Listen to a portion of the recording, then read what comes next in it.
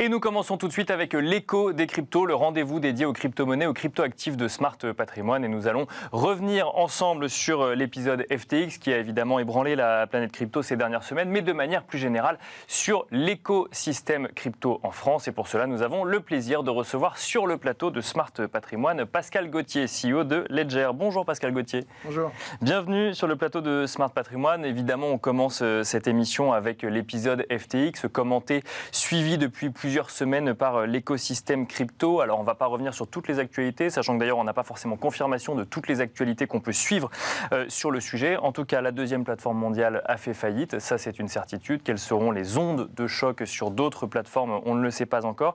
La question que j'ai envie de vous poser, Pascal Gauthier, c'est à quelques semaines de cette faillite, quelles leçons on peut tirer de la faillite de cet acteur qui était FTX? Oui, on peut tirer quelques leçons, assez simples d'ailleurs. Première chose, c'est une fraude. Ça n'a rien à voir avec la crypto. Si un acteur centralisé décide de frauder et de voler de l'argent, il le fera. Et donc c'est peut-être d'ailleurs la plus grande fraude, le plus grand crime financier du 21e siècle, ou peut-être même de tous les temps. Ça reste à voir, puisque, comme vous le dites, on n'est pas arrivé au bout. Et surtout, ça rappelle en fait un fondamental des crypto-monnaies, qui est que si on ne possède pas ces clés, on ne possède pas ces cryptos. Et d'ailleurs, les crypto-monnaies, c'est né en 2008, suite à la faillite de Lehman Brothers. Et c'était en réaction à ça pour dire il ne faut jamais faire confiance à un système centralisé, parce qu'on ne peut pas faire confiance a priori. Même Lehman Brothers. Et FTX n'est pas Lehman Brothers. FTX, c'est une société qui a 4 ans. Lehman Brothers, c'était quand même autre chose.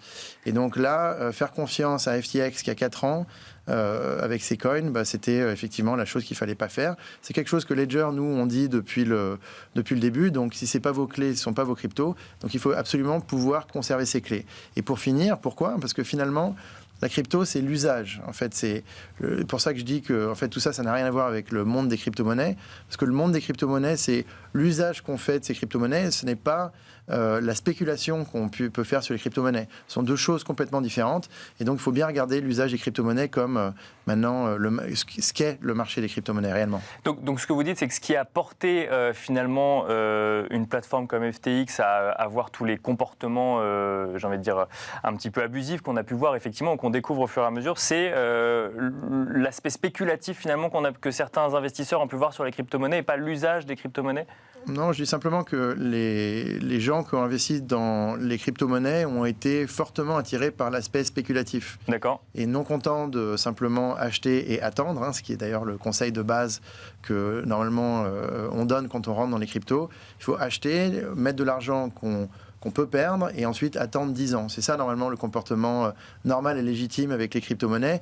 Si on prend un actif jeune et volatile et en plus de ça on rajoute du leverage par-dessus, alors à ce moment-là on joue mais on sait qu'on peut perdre et on sait qu'on peut tout perdre. Donc créer des produits de rendement finalement basés sur des crypto-monnaies, effectivement, ça multiplie le risque de tout perdre, c'est ça? Ça multiplie le risque de tout perdre et c'est rajouter de la spéculation sur de la spéculation et encore de la spéculation. Et en fait ça c'est mal, je pense, c'est pas du tout ce qu'il faut faire, mais encore une fois sur le cas de FTX, tout s'effondre parce qu'il y a eu mal-donne quand même. Oui, puisque la plateforme n'avait plus de réserve, donc en fait elle ne pouvait plus... C'est pas tellement que la plateforme n'avait plus de réserve, parce que ça donnerait l'impression que finalement c'est un acteur qui a échoué. Non, c'est... elle jouait avec l'argent de ses clients finalement. Ils ont enlevé les réserves. Oui, c'est ça. Ils ont pris d'une poche pour la mettre dans l'autre et finalement tout perdent. Et d'ailleurs on ne sait même pas où l'argent est allé. Donc là on est vraiment dans de la fraude, dans du vol. On est loin d'un acteur qui malheureusement aurait mal géré son business. Alors dans les réactions qu'on peut voir sur cette affaire FTX, il y a deux messages quand même qui ressortent. Il y a celui de la réglementation du secteur d'un côté et celui effectivement de posséder ses clés en propre. Et d'ailleurs, Ledger est très souvent cité par les différents acteurs crypto. Donc on va commencer par ça, puis on reviendra sur la réglementation après. Pour que les gens qui nous écoutent comprennent bien... où on investit via une plateforme, ou en tout cas on trade via une plateforme et ensuite on pouvait laisser sur la plateforme la capacité d'aller récupérer ces crypto-monnaies, ou on peut faire appel à des clés comme Ledger, mais il en existe d'autres également, où là en fait on possède soi-même le code pour aller récupérer ces crypto-monnaies, c'est ça ? Oui, c'est ça. En fait, quand on possède ces crypto-monnaies, ce qu'on possède, c'est une clé cryptographique privée qui prouve au protocole qu'on est bien en possession du Bitcoin, le Bitcoin qui est sur la blockchain. Et quand on veut bouger le Bitcoin d'une adresse à une autre, on signe cryptographiquement pour indiquer à la blockchain que le Bitcoin doit bouger. C'est cette clé cryptographique qu'il faut absolument protéger. Ça, c'est un secret. Et la meilleure manière de le protéger, c'est, enfin nous on pense, et c'est ce qu'on a trouvé, et d'ailleurs on a vendu plus de 6 millions de nos produits désormais dans le marché, c'est un ledger avec dedans la technologie de la carte à puce qu'on connaît bien en France. En fait. Vous avez vu une évolution de la demande, ou en tout cas des ventes, suite à la faillite de FTX? Oui, bien sûr, on a fait le meilleur jour de Ledger de tous les temps, la meilleure semaine et le meilleur mois. D'accord. Au mois de novembre, là, qui n'est pas fini d'ailleurs, mais c'est déjà le meilleur mois de tous les temps alors qu'il n'est pas fini. Donc oui, il y a un impact énorme sur nous et sur nos ventes. Ouais. Donc ça veut dire que globalement, parce qu'effectivement, dans les gens qui écoutent cette émission, il y a peut-être des gens qui sont conscients du fait de protéger ces cryptos par eux-mêmes et d'autres qui l'ont peut-être découvert au moment de la faillite de FTX, et ce malgré le fait que le message ait pu être passé depuis un bout de temps. Donc globalement, là, on voit se démocratiser encore plus cette idée de si je possède des cryptos, il faut que je les possède en propre. C'est ça, donc avec ma clé, et que je sois le seul garant de la sécurité, quitte à pouvoir me faire voler ma clé pour le coup, par contre. Alors, donc la première chose, c'est oui, on constate ça effectivement, et d'autant plus que maintenant, en plus, Ledger, ce qu'on propose, c'est pas simplement un service de conservation, mais c'est aussi pour un service d'utilisation ensuite de ces crypto-monnaies. Quand vous avez un Ledger Nano S Plus ou Nano X, et tout ça, c'est connecté à Ledger Live, qui est l'application mobile. C'est un peu la même chose que l'iPod à l'époque avec iTunes. D'accord, ouais, ok. Avec mon iPod, j'écoute ma musique, donc là, avec mon Ledger, je valide ma transaction, et avec iTunes, je gère mes playlists, etc. Et pareil avec Ledger Live, donc je gère mes crypto-monnaies. Ce qu'on a mis en place d'ailleurs, c'est la capacité d'acheter, de vendre, de swapper, etc. Tout ça depuis le confort de Ledger Live et sans jamais perdre le contrôle de ses clés privées. Donc ça, c'est important. Donc aujourd'hui, c'est des features, comme on dit en anglais, c'est un produit qui est désormais disponible. Et donc ça change beaucoup de Ledger en 2017. Donc il y avait beaucoup de gens qui hésitaient à passer à la conservation de leurs clés privées parce que à chaque fois qu'ils étaient sur le Ledger, dès qu'ils devaient faire une transaction, hop, il fallait qu'ils refassent une transaction vers un exchange pour pouvoir utiliser. Et ensuite donc repasser sur le Ledger. Et ensuite repasser sur le Ledger. Donc ça c'était compliqué. Donc ça on a résolu désormais le problème. Donc ça c'est bien. Et c'est l'utilisation de Ledger aujourd'hui. Et ensuite sur la finance centralisée globalement. Moi, j'appelle ça un mal nécessaire. C'est-à-dire qu'à un moment donné, on peut rentrer grâce à ces exchanges-là, parce qu'il faut pouvoir passer de l'euro ou du dollar, enfin des fiat oui, c'est ça, bien sûr. Ouais. En crypto. Et donc ça, d'accord. Mais les bons exchanges, par exemple, comme Kraken, mettent sur leur homepage de dire qu'il ne faut jamais conserver les coins sur un exchange. Et je rappelle d'ailleurs que dans la finance traditionnelle, les exchanges type Nasdaq, NYSE ne sont pas aussi ceux qui conservent la valeur. Il y a une ségrégation des devoirs entre les custodians d'un côté, donc ceux qui conservent la valeur, et les exchanges de l'autre. Et donc, en fait, pour moi, ça devrait tout naturellement s'appliquer aux exchanges centralisés pour la crypto. Pascal Gauthier, une question réglementation à présent. Donc, MiCA est effectivement en face, va bientôt être appliqué sur le sol européen. Est-ce que si le secteur avait été réglementé aux États-Unis, FTX aurait pu ne pas, la faillite FTX aurait pu ne pas voir le jour? Il y a une grande confusion des genres sur la régulation. Déjà, pour FTX et Sam Bankman-Fried, c'est quand même...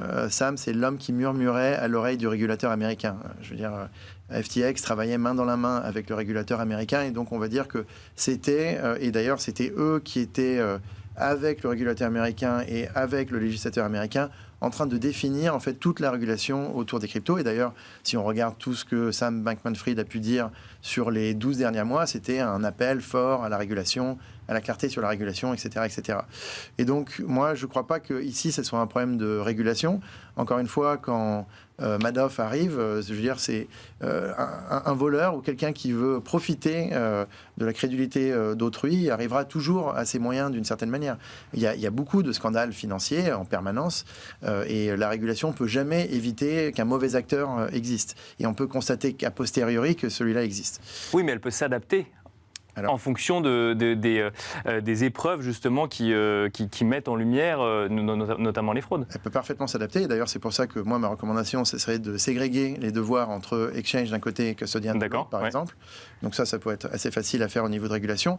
Il y a aussi tout un tas de technologies qui existent, qui sont favorables à la transparence, sur lesquelles le régulateur devrait se pencher. Parce qu'en fait, tout ça, c'est aussi des problèmes qui peuvent être résolus par la technologie. On a entendu parler de proof of reserve, par exemple. Bien sûr, complètement. Pouvoir prouver ses réserves, la ségrégation des comptes, enfin bon, tout un tas de choses sur lesquelles d'ailleurs Ledger peut aider aussi avec son offre entreprise.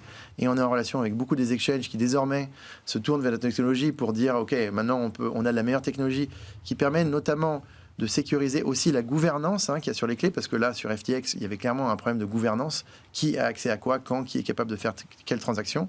Et donc ça, c'est de la technologie qui existait là, chez Ledger depuis 2018, mais finalement qui était assez peu prisée par les exchanges, parce que finalement, il y a aussi un business model de l'exchange aujourd'hui en crypto, où finalement, garder tout cet argent, ça permet aussi de vendre d'autres produits. Et notamment des produits de rendement. Et notamment des produits de rendement. Ou de sécurisation. Mais aussi de cartes bleues, enfin tout un tas d'autres produits, donc on upsell le client. Et donc à mon avis, les exchanges devront être moins puissants et ségrégés, donner aux custodians d'un côté l'argent et eux s'occuper vraiment de la partie exchange. Dernière question, Pascal Gauthier. Donc là, effectivement, on a parlé du sujet FTX. Si on regarde l'écosystème français, pour le coup, est-ce que l'écosystème français doit s'inquiéter de la faillite de FTX et de potentielles ondes de choc vis-à-vis de l'écosystème français ? Je pense qu'il faut être raisonnablement inquiet. C'est-à-dire qu'il ne faut pas paniquer, il faut être raisonnablement inquiet. Si on a des coins qu'on a confiés à un tiers, je pense que c'est raisonnable de rentrer en contact avec ce tiers et d'être sûr de pouvoir récupérer ces coins.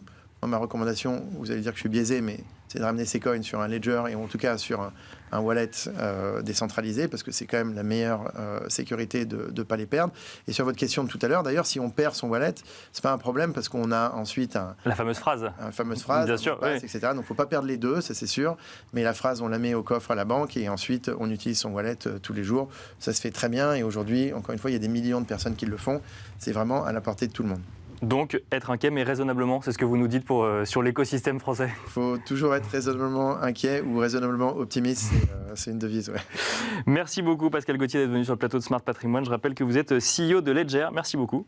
Avec plaisir. Et quant à nous, on se retrouve tout de suite dans Enjeu Patrimoine.